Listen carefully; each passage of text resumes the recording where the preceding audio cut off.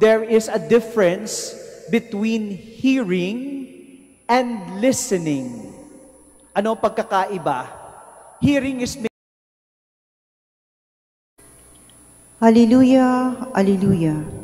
Blessed is the Virgin Mary, who kept the word of God and pondered it in her heart. Alleluia, Alleluia.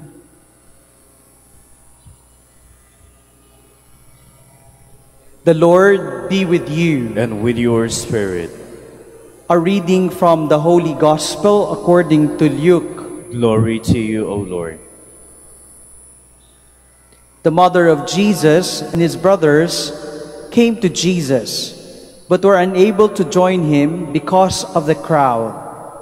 He was told, "Your mother and your brothers are standing outside, and they wish to see you."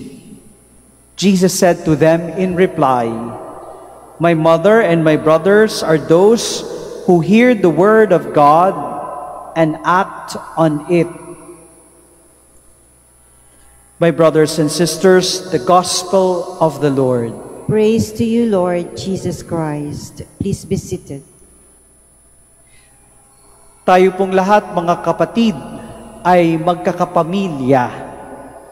Bagamat tayo ay nanggaling sa iba't ibang pamilya, meron tayong kanya-kanyang nanay at tatay, sa tuwing tayo ay dumadalo ng misa tulad nito, o kaya pumupunta sa simbahan, ang tawag natin at ang turing natin sa isa't isa ay brothers and sisters in Christ.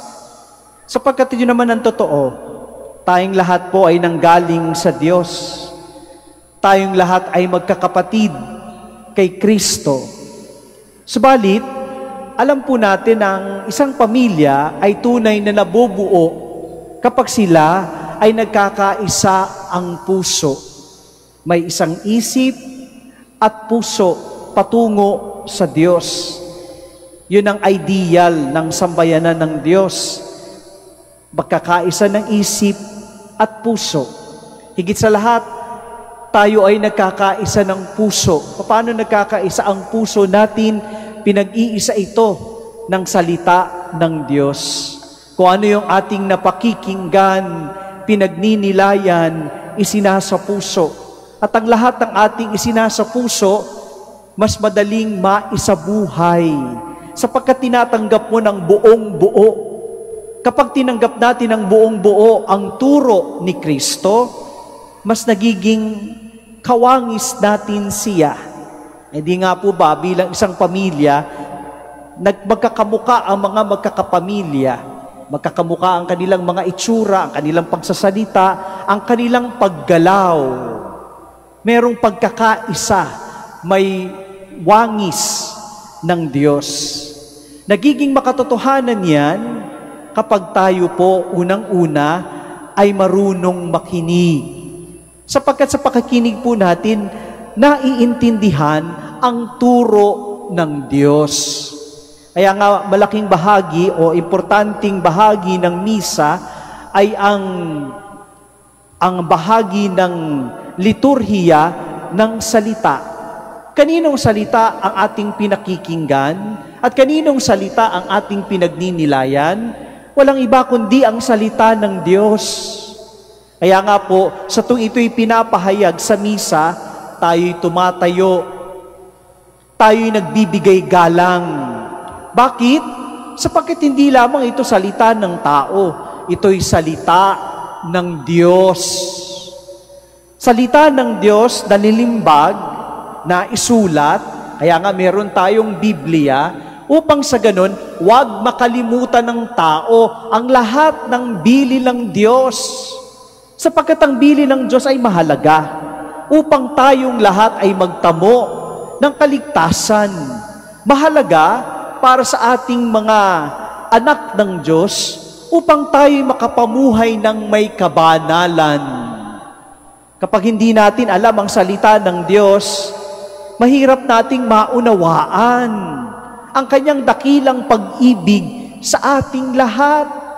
Mahirap nating maisabuhay ang gawin ng mga Kristiyano, ng mga anak ng Diyos. Kaya nga po, ang sabi sa atin ni Kristo sa Ebanghelyong ating binasa sa araw na ito, nung tinanong siya, sino ba talaga ang iyong mga magulang, ang iyong ina, ang iyong mga kapatid? At malinaw na sabi ni Kristo, ang itinuturing kong kapatid ay yung marunong makinig. Anong klaseng pakikinig? Sabi ni G.K. Chesterton, there is a difference between hearing and listening. Ano ang pagkakaiba? Hearing is mechanical. Tayo pong lahat ay nakakapakinig. Bakit? Sapagkat meron tayong dalawang tenga. Yung dalawang tenga, yan po ang sumasagap ng tunog na ating napapakinggan. Dahil kayo may dalawang tenga, kahit ayaw nyo akong pakinggan, napapakinggan nyo pa rin ako. Bakit? Malinaw. Malakas ang aking boses dahil sa mikropono. Subalit, maraming Kristiyano nagsisimba, napapakinggan lang ang tinig ng pari, ang salita ng Diyos. Anong problema doon when we just hear the Word of God?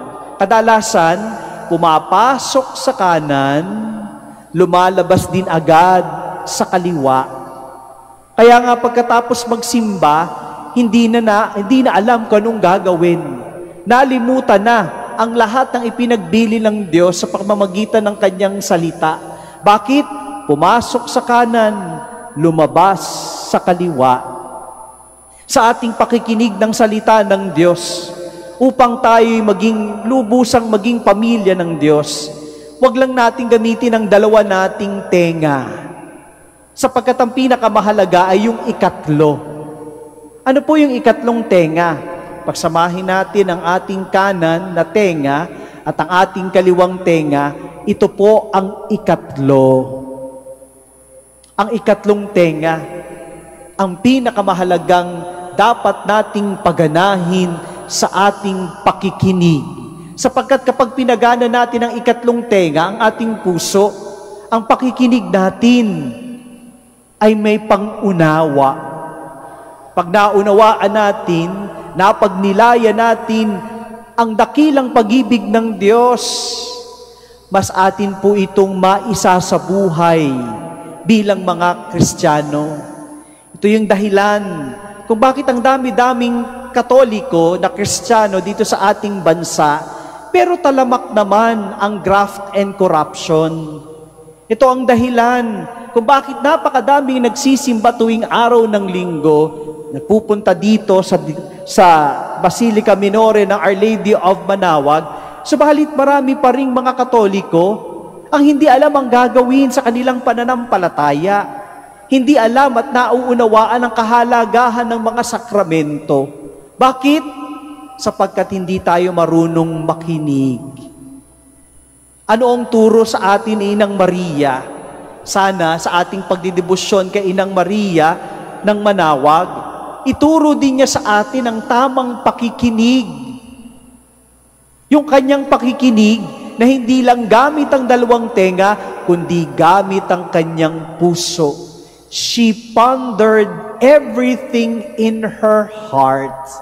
And that's why it was very easy for Mary to say her fiat to the Lord. Why? Because she understood that God is Almighty. Na walang sasabihin ng Diyos na hindi maaaring mangyari. Bakit? Sapagkat siya'y makapangyarihan. Lahat ng naisin ng Diyos, matutupad, magagawa.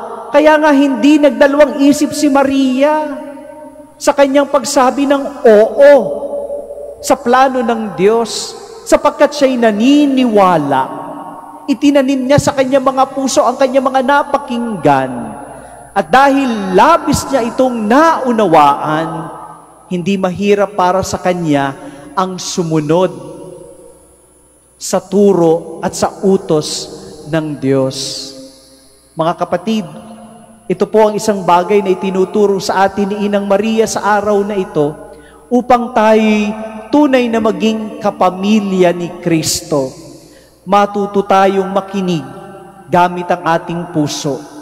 At kapag naunawaan natin ang salita ng Diyos, Atin po itong pagsumikapang isabuhay sa araw-araw, sa tulong at sa halimbawa ni Inang Maria. Amen.